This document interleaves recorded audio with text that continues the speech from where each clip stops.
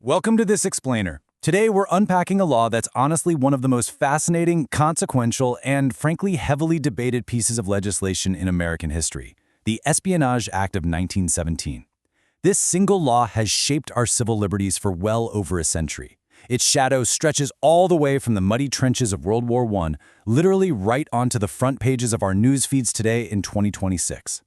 Okay, let's dive into this, because this quote right here hits on the absolute central paradox of our historical journey today. As we trace the evolution of this law, from its birth in this sort of wartime fever dream to its modern application in the digital age, we have to keep asking ourselves this fundamental question. Is this about stopping foreign adversaries, or is it a tool for something much closer to home? To understand how we got here, we've got to rewind to 1917. The U.S. has just entered the First World War, and President Woodrow Wilson is facing a massive wave of domestic anti-war sentiment. We're talking socialists, anarchists, and certain immigrant communities who are fiercely opposed to the conflict. The intent of this law, passed just 2 months after declaring war, and depicted here in some comical macaroni art, which is a fun way to look at some heavy history, wasn't actually to catch traditional spies. Not your James Bond types. Not at all. It was explicitly designed to crush domestic dissent and ensure absolutely nothing interfered with the military draft or the broader war effort.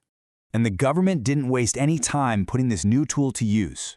In 1918, they actually expanded it with the Sedition Act to criminalize basically any disloyal or abusive language about the military.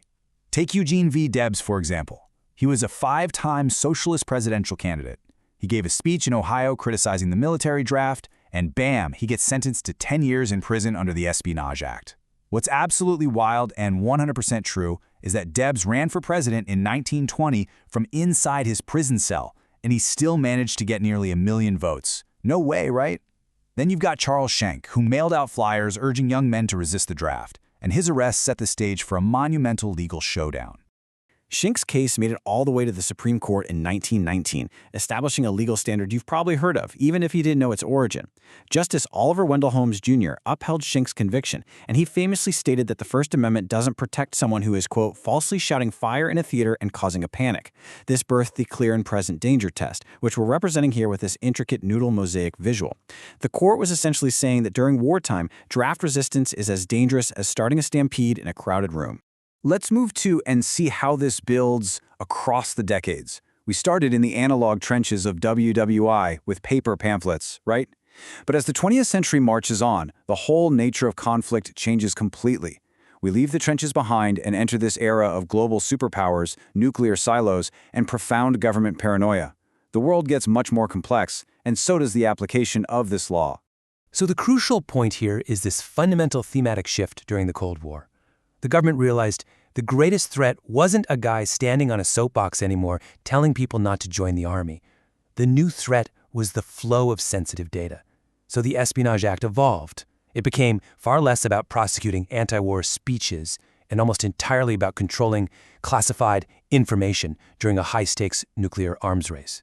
You can clearly see this evolution if we contrast 2 landmark Cold War-era cases. First, in 1951, Julius and Ethel Rosenberg were charged with actual, literal espionage, passing nuclear secrets to the Soviet Union. They were executed under the act. But look, 20 years later, in 1971, Daniel Ellsberg leaked the Pentagon Papers, which was a top-secret history of the Vietnam War, to the New York Times.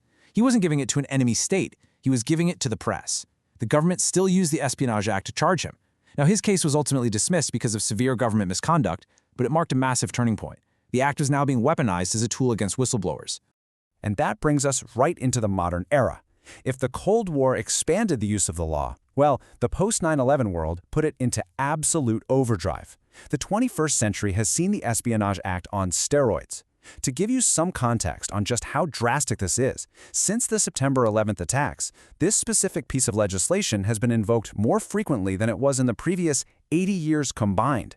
That is a staggering increase. Let's look at the raw facts of this modern crackdown across recent administrations. During the Obama era, the administration utilized the act to prosecute more whistleblowers than all previous administrations combined, most notably high-profile figures like Chelsea Manning and Edward Snowden. Then, moving into the Trump and Biden eras, the act transforms into a central political lightning rod. We saw it used to charge WikiLeaks founder Julian Assange, and it served as the primary legal foundation for the 2023 indictment of former President Donald Trump regarding the mishandling of classified documents at his Mar-a-Lago estate. Regardless of where you look across the political spectrum, the Espionage Act has become the go-to hammer for the federal government. Which brings our explainer right up to the present day in 2026. We're currently facing what experts call the overclassification crisis. The U.S. government now classifies millions of documents every single year. Because so much information is hidden away behind security clearances, critics argue that the Espionage Act has become dangerously vague. I mean, by the letter of the law, it makes very little distinction between a malicious spy selling troop movements to a hostile foreign adversary and a conscience-driven whistleblower leaking an internal memo to a journalist just to expose government fraud or wrongdoing. Now, what's really interesting about this slide is the glaring omission in the law.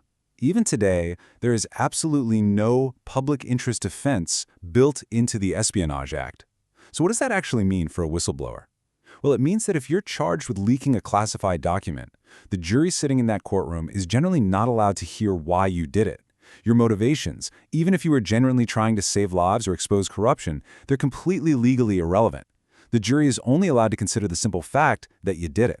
And this brilliantly illustrates the core problem legal scholars are grappling with today. We have a massive clash of eras. On one side, we have the antique hammer, a statute written way back in 1917 designed for a world of paper pamphlets, soapbox speeches, and telegraph machines. On the other side, we have the digital nail, our 2026 reality of instant global communication, massive digital data troves, and terabyte-sized leaks. Trying to regulate the modern digital age of press freedom with a First World War-era law is not just clumsy, it has profound implications for our civil liberties.